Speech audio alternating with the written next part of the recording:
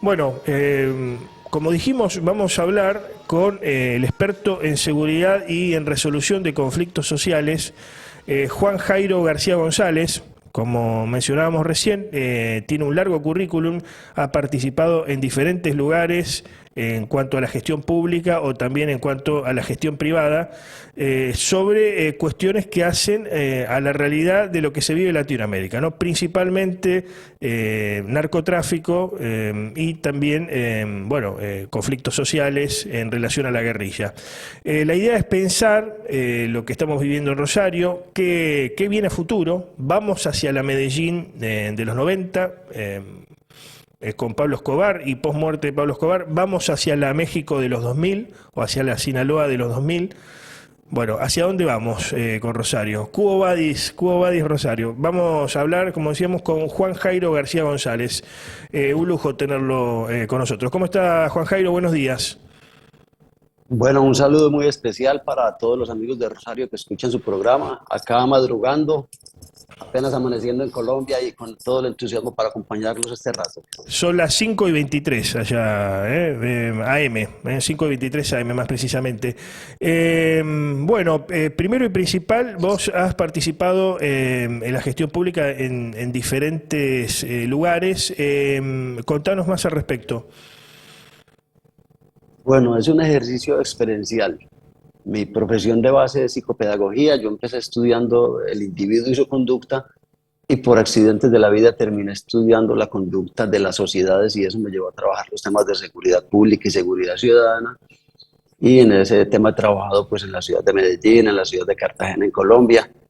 Y en México he trabajado en innumerables ciudades, entre ellas México, todas las ciudades de la Riviera Maya, Jutepec, etcétera. He venido trabajando en los últimos 10, 15 años de manera consagrada con este tema en un ejercicio, digamos, de construcción de paz, que creo que también es un reto personal porque nuestra familia es un icono de lo que es ser víctima del narcoterrorismo en Colombia por el tema de Pablo Escobar. Una hermana nuestra murió víctima de un carro bomba, mis padres sufrieron un accidente cerca de otro carro bomba.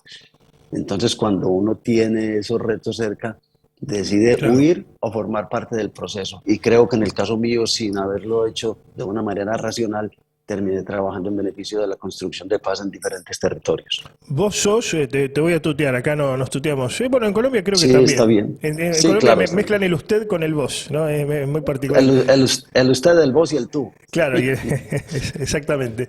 Eh, Vos sos de Medellín, originario de Medellín. Sí, correcto, de Medellín. Originario de Medellín.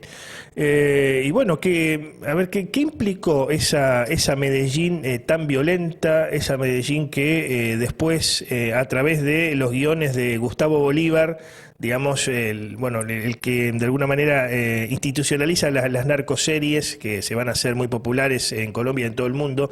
¿Qué implicó esa Colombia de los 90, esa Colombia con Escobar y después, luego de Pablo Escobar, donde empiezan las rencillas entre pequeños caciques y ya directamente con el narcomenudeo, como lo diríamos acá, o el microtráfico en Colombia, en los barrios, ¿no? Afectando directamente. Bueno, digamos que sucedió en todo el país, pero el eje de la guerra en los años 90 fue la ciudad de Medellín. Medellín llegó en el año 90, 89, 90 a ser la primera ciudad más violenta del mundo. Ese ranking, digamos, incómodo que se hace, pero que es muy útil para que las ciudades se sacudan. Llegamos a tener 3.896 homicidios por cada 100.000 habitantes, pero para que entiendas la dimensión de eso, en los ¿Tres últimos mil? años, ¿Tres mil cuánto? 3.896. Impresionante. Para que, para Mm. que entiendas la dimensión, más grande que la guerra de Beirut, que muchas otras guerras. Y si miras el ranking que lo encuentras en internet en los últimos 10 o 15 o 20 años, después de eso, las ciudades más violentas del mundo están por debajo de la mitad de esta cifra. Eso lo dicen solamente como para dimensionar la tragedia que vivió la ciudad. Esa tragedia hizo la ciudad inviable durante mucho tiempo. De manera anecdótica te cuento que cuando viajábamos a los Estados Unidos encontrábamos una fila adicional, dos filas adicionales. Siempre en los aeropuertos hay filas de nacionales y de extranjeros. En los Estados Unidos encontrábamos fila de nacionales, de extranjeros y de colombianos. Y cuando estábamos listos, la lista de colombianos nos decían, levanten la mano los que son de Medellín. y nosotros con mucho orgullo levantábamos la mano y nos corrían de la fila para hacer una requisa todavía mucho más exhaustiva. Es decir, fuimos víctimas no solamente de la violencia interna, sino de una discriminación internacional que por fortuna, merced a muchas cosas de las que vamos a hablar enseguida, hoy la ciudad es otra cosa y hoy la ciudad es una, digamos, una de las líderes globales en los circuitos de turismo y en los circuitos culturales, por fortuna, pero es merced a una reflexión sobre el fenómeno que nos pasó en los 90. Justamente, bueno, a eso queríamos ir. ¿Qué fue lo que se hizo en Colombia y en Medellín específicamente para salir de esa Medellín violenta? Incluso le decían metrallo, ¿no? Porque siempre Así se es, le dijo así es. medallo, medallo en el sentido, acá le diríamos cariñosamente, le decían medallo, pero producto de las balaceras constantes y de las ametralladoras, ¿no? Se le decía metrallo a Medellín como despectivamente, incluso entre colombianos. ¿Qué fue lo que se hizo para pasar desde esa Medellín violenta a la Medellín que hoy tenemos? Yo utilizo una metáfora mucho cuando viajo y es explicar cómo es posible pasar de las sombras a la esperanza. Y por eso te dije hace un momento antes que la ciudad hizo una reflexión. Y cuando digo la ciudad es porque hubo una necesidad urgente de romper esa inviabilidad en la que estábamos como ciudad, no como país. Es decir, el efecto impactaba el país, pero era esencialmente la ciudad. Entonces hubo una reflexión donde participaron personajes del gobierno local, donde participó la sociedad civil y donde participó el empresariado y se identificaron muchas cosas. Lo primero es que la criminalidad necesita unas condiciones habilitantes y esas condiciones habilitantes son muchas, pero puedo describirte una de ellas, es la pobreza, otra de ellas es la oportunidad que ofrece el dinero fácil, otra la desescolarización, la falta de esperanza, en fin, una serie nosotros determinamos condiciones habilitantes y esas condiciones habilitantes abren unas oportunidades estructurantes. Las oportunidades estructurantes son esos vacíos que encuentra la criminalidad para llenar. Primero, muchachos, un sentido de vida. Segundo, una desinstitucionalización rampante. Es decir, es muy fácil en América Latina, y estoy seguro que donde ustedes viven también en Córdoba, romper las fronteras de la institucionalidad, porque cada vez las institucionalidades son más frágiles y una tolerancia, digamos, de la alta dirigencia a este fenómeno, porque este fenómeno es tan poderoso que logra permear todas las estructuras de la sociedad. Ujú. A raíz de eso, inclusive, digamos que el caso Medellín, diría yo, fue uno de los inspiradores de la Convención de Palermo en el año 2000 contra el crimen transnacional, donde se identifican estructuras, se identifican cuál es el modus operandi, cuál sería el modo de intervención. Y aunque la Convención de Palermo es muy ilustradora y muy ilustrativa, digamos, las respuestas articuladas de los gobiernos todavía no son muy sólidas y a raíz de eso, en los últimos tiempos hemos creado una red iberoamericana de observatorios, donde hay observatorios públicos, privados, de la Interpol, de organizaciones sociales, y lo Ujú. único que busca es analizar data de manera articulada y compartir información de manera colaborativa para que cada gobierno tome las decisiones que necesite y si es urgente, pues se Claro. vincule con otros gobiernos. Ujú. Y otro tema muy importante que facilita, digamos, es una oportunidad estructurante para que el negocio crezca, es el prohibicionismo. Ah, Te pongo un ejemplo, yo creo que Colombia fue el primer país que logró regular la dosis personal, pero no la sí. reguló para Estamos, fomentar el consumo, estamos sino hablando que de, la claro, reguló, de consumos de estupefacientes directamente. sí, sí, Ujú. claro, de consumo eso. Colombia fue el primer país que legalizó el consumo de marihuana.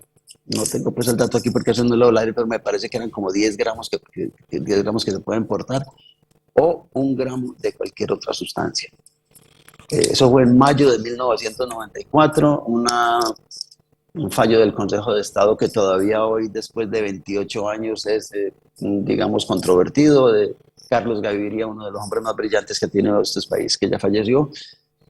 Pero esa ley que era defendiendo el libre desarrollo de la personalidad no pretendía fomentar el consumo de los estupefacientes, Ujú. sino, y ahí está la importancia de este fallo, sino contrarrestar la ley 30 de 1986 que, ojo, criminalizaba el consumo.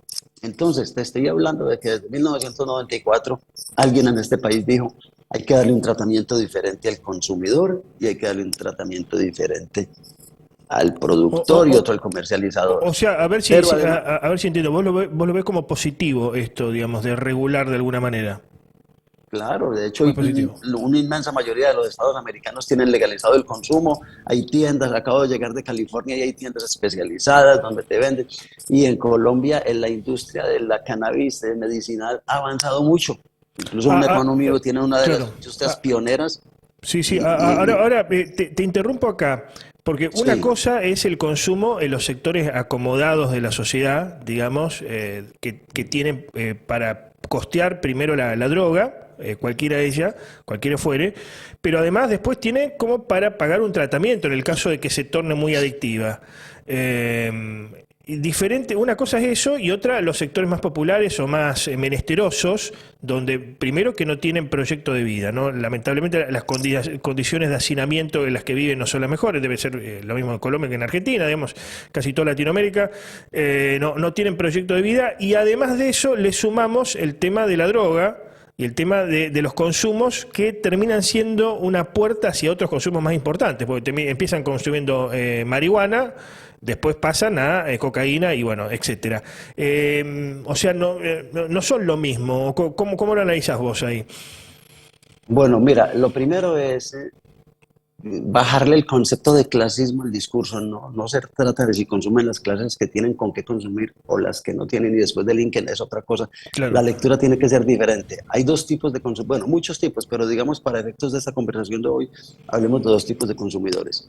Hay un adicto y el adicto requiere tratamiento. El adicto puede ser de una clase social alta, media o baja, pero terminan en la misma, terminan inclusive robándose los cubiertos del comedor de su casa para cambiarlos por droga barata. Terminan viviendo en antros, terminan atracando, de cualquier clase social. Y el otro consumidor, perdón, es el consumidor funcional. Y ahí es donde tiene la importancia esta ley que desmitifica la dosis personal. Porque el consumidor funcional es alguien que es capaz de vivir, de trabajar, de tener una familia, y son la mayoría, digamos, de consumidores. Lo que pasa es que la noticia es el habitante de calle o la noticia es el delincuente, pero el consumidor funcional, la mayoría, igual que el licor. Si tú no sabes administrar el licor, termina siendo un adicto y el licor te lleva a otras sustancias y el licor te hace romper con la familia, con la sociedad, con el empleo. Entonces es darle una lectura más de salud pública que de Claro. seguridad. La lectura de seguridad es una lectura equivocada, ojo, para el consumidor. Ujú. Y esta ley lo que hace es descriminalizar el consumidor. Si es adicto, necesita un tratamiento y si es un consumidor funcional, pues esta ley debería haber regulado que tuvieras 10 gramos, pero está criminalizado. O sea, ¿Pensás yo he hecho que, trabajos, pensás que acá, acá en Argentina, cada vez que hablamos de esto, entonces salen, es como muy maniquea la cosa, ¿no? Muy de extremos. Así como en Argentina, Boca River, Newell's Central, blanco y negro. sí, Acá, si vos decís, quiero legalizar o despenalizar, bueno, sos de izquierda, sos zurdo, comunista, etcétera. Vos decís, no, bueno, hay que reprimir al que vende, hay que encerrarlo, no, de derecha, fascista, neoliberal, y estás con la dictadura militar. Bueno, está como muy... ¿es posible salir de eso? Porque acá en Argentina es como muy loco. Cada vez que debatimos esto empezamos a pelearnos por esas cuestiones que no sé si tienen que ver con la realidad, ¿no? sí, hay posiciones muy conservadoras, hay otras que yo diría que son extremadamente liberales. Yo creo que simplemente entender que así como hay consumidores de alcohol, hay consumidores de droga, pero lo vi, te repito, estuve rodando por las calles de California y olía más marihuana que por las calles de Medellín, que se consume también mucha. Solo que ya no eran criminales, era un consumidor. Ujú. Entonces, son varias cosas. Lo otro es entender la criminalidad como una mega estructura transnacional, como una industria, Claro. y como una industria que se mueve exactamente como una industria formal, que tiene gerencias, que tiene subgerencias, que tiene departamento de mercadeo, que tiene departamento de logística, que tiene departamento de seguridad, que tiene departamento de defensa, departamento de cobranzas, solo que funciona de manera ilegal. Y esa funcionalidad ilegal hace que la sociedad se vea afectada. La sociedad se ve afectada, ojo, ojo al postulado que te voy a lanzar tan controvertido. La sociedad se ve afectada cuando la criminalidad es ineficiente. Nosotros nos damos cuenta que la criminalidad existe cuando empieza a ser ineficiente. Y la criminalidad es ineficiente cuando en su ejercicio de tráfico tiene que matar, tiene que secuestrar. O cuando en su ejercicio de tráfico rompe con su negocio y quiere crear unidades nuevas de negocio, y las unidades nuevas de negocio son tráfico de armas, tráfico de personas, control territorial, derecho a piso, o no sé cómo lo llamarán en Argentina, que es el derecho a pasar por unas calles o a dejar parqueado el carro sin que nadie te lo dañe y te lo cuidan unas estructuras que nadie conoce. Es decir, Sí, sí, un peaje, acá le decimos que cobro de peaje, sí, sí. exactamente. Aquí en Colombia le dicen vacuna y en México, que trabajo tanto, le dicen derecho a piso. Finalmente, por eso te cité en el inicio de la conversación, la Convención de Palermo, porque, es decir, técnicamente está identificado qué pasa con la sociedad.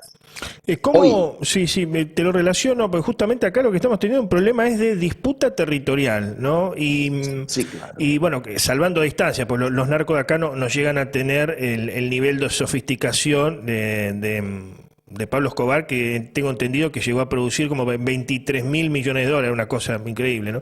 Es lo que necesitaría hoy Argentina como préstamo para tener más reserva en el marco central. Sí, no, claro. Siendo un Pablo poco, Escobar ofreció pagarle la deuda externa a Colombia a claro. cambio de que lo dejaran vivir tranquilo. A manera de ejemplo. Sí, no, es por eso te digo, Claro, digo, pero es el gran.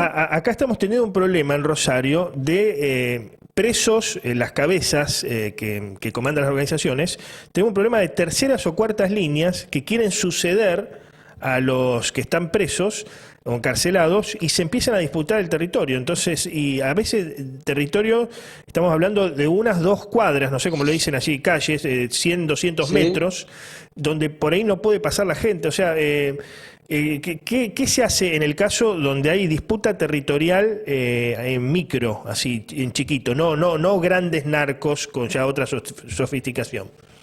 bueno, te hago primero un preámbulo para hablarte de eso. Entonces, el tema primero es que el ejercicio de delinquir no se reduce con el encarcelamiento de los líderes. Desde las cárceles se ejerce la criminalidad. Es más, se ejerce desde la comodidad de las cárceles porque ya no hay riesgo. A Claro. través de teléfonos móviles se hace microextorsión y macroextorsión, se lideran procesos. Bueno, cuando el líder tiene reconocimiento. Cuando el líder es extraditado o muere, hay un reacomodo en las estructuras criminales y durante un periodo de tiempo se vuelven ineficientes. O sea, ineficientes es porque llaman la atención de la fuerza pública y esta criminalidad empieza a competir por ese mercado.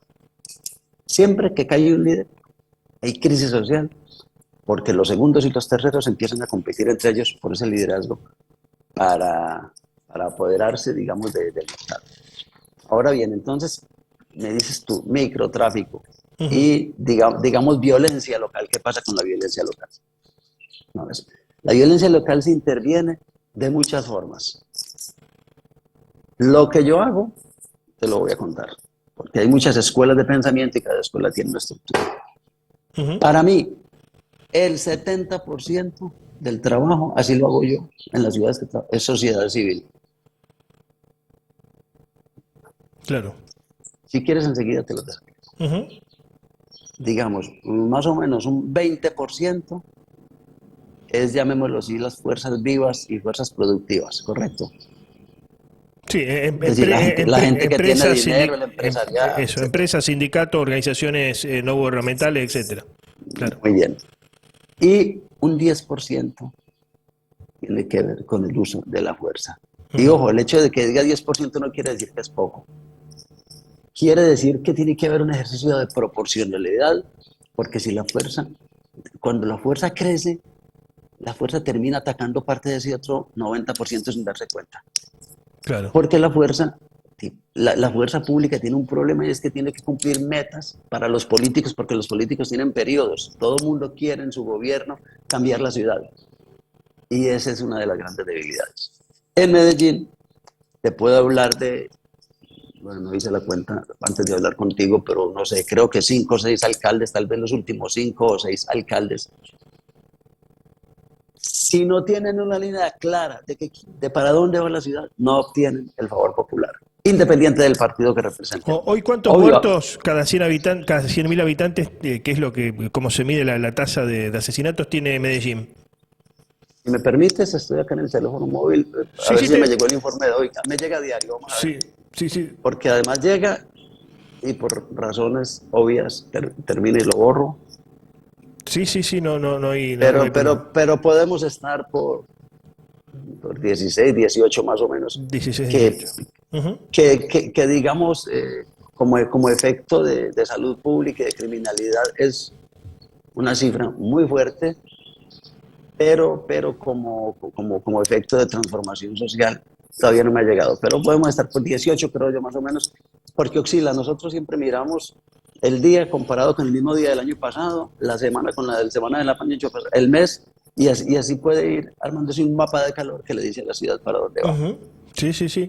¿Cómo finalmente, porque lamentablemente se nos está terminando el tiempo, te vamos a volver a convocar para otra oportunidad? Es muy interesante lo que decís, pero ¿cómo estás viendo lo que pasa en Rosario? ¿Cómo se ve desde allá? ¿Para dónde va Rosario? ¿Va hacia la Medellín de los 90, hacia la Sinaloa de los 2000? ¿Cómo se ve el fenómeno de lo que pasa acá en Santa Fe? Bueno, yo creo que cada ciudad tiene su propia dinámica y esa dinámica tiene que ver con la capacidad de movilidad y la capacidad de fuerza y la capacidad de inteligencia tanto de las organizaciones criminales como del Estado. Y por eso te cité este 70-30-10, porque hoy la ciudad debe iniciar un ejercicio muy fuerte de movilización social acompañado del empresariado y de la fuerza pública, pero como sé que el tiempo se acaba, te lo resumo en dos cosas. Todas las ciudades cuando el candidato está en campaña, hace una propuesta política y esa propuesta cuando él llega se convierte en su plan de desarrollo. O sea, lo que va a ejecutar durante los 3, 4, 5 años según la ciudad y el país se va a dedicar a desarrollar en su gobierno, ¿de acuerdo? Ujú. Pero ese plan de desarrollo siempre determina estructuras de fuerza por un lado, intervenciones sociales por el otro, intervenciones en salud pública por el otro, intervenciones en educación por el otro. Y todo eso es como dispararle a una hormiga con una escopeta. Y finalmente tú lo que tienes que aprender es a dispararle a un elefante con un fusil, o sea, un tiro certero. ¿Qué digo? Este plan de desarrollo tiene que tener un plan integral de seguridad y yo le han hecho un componente nuevo que muchas veces en el exterior no lo entienden, pero este es muy clave de seguridad y convivencia. Porque la mayor cantidad de muertes y hechos de violencia que tienen las ciudades son hechos de inconvivencia. La gente se mata porque el perro hizo mierda fuera de su casa, porque el otro puso el equipo de sonido muy alto, porque le pasó la basura, Ujú. porque le dejó... Por cosas tan pequeñas que la gente se agrede. Si una sociedad no construye un plan integral de seguridad y convivencia, pero ojo, un plan de Estado, no un plan de gobierno, porque un plan de gobierno es para su periodo. Un plan a largo plazo, un plan inicialmente yo diría que el primer plazo tiene que ser siquiera decenal, para 10 años, que obligue a los gobiernos que pasen durante esos años a aplicar lo que dice ese plan y ejecutarlo en beneficio de la ciudad. Cuando los gobernantes, además de hacer lo suyo, la historia que quieren dejar, la memoria para después ser gobernador o presidente o lo que sea, le cumplen a la ciudad y el que llegue siente que tiene que tomar esa parte de las banderas y continuarlas, la ciudad puede avanzar. Por eso hoy Medellín aparece, la semana antepasada creo que salió como tercera en el circuito mundial preferido por turismo de gente joven. Es una ciudad alegre, es una ciudad divertida donde puedes caminar. Obvio, donde hay inseguridad, no estoy hablando de Oslo, no estoy hablando de Amsterdam, no estoy hablando de una ciudad extremadamente segura. Estoy hablando de una ciudad común y corriente, pero que tiene todas las posibilidades para que la gente viva en ella, trabaje en ella o venga a disfrutarla. Gracias por este contacto, Juan Jairo. Bueno, un abrazo a ustedes, a mi amigo Carlos, Carlos Miranda, tan querido que me Sí, hizo el contacto, el sí, sí, enlace con sí. ustedes. A la orden acá en la ciudad de Medellín, estamos para servirles y bueno, lo único que les pido es un favor muy especial, que me ayuden a difundir a través de un correo que Carlos se los puede dar, la Red Iberoamericana de Observatorios de Seguridad. Estamos conectando nuevos observatorios en diferentes lugares del mundo. En Argentina hasta ahora solo tenemos uno de Córdoba y queremos crecer porque pensamos que es un buen aporte a la sociedad, no cuesta nada la inscripción, nadie tiene que pagar, no cobramos por la información, Bueno, es información de... tienen que traerlo a Rosario, ¿eh? Sería un lindo espacio Bueno, para ver. bueno, estamos para servirles. Muchas gracias, muchas gracias. A ustedes un abrazo y un feliz día. Adiós.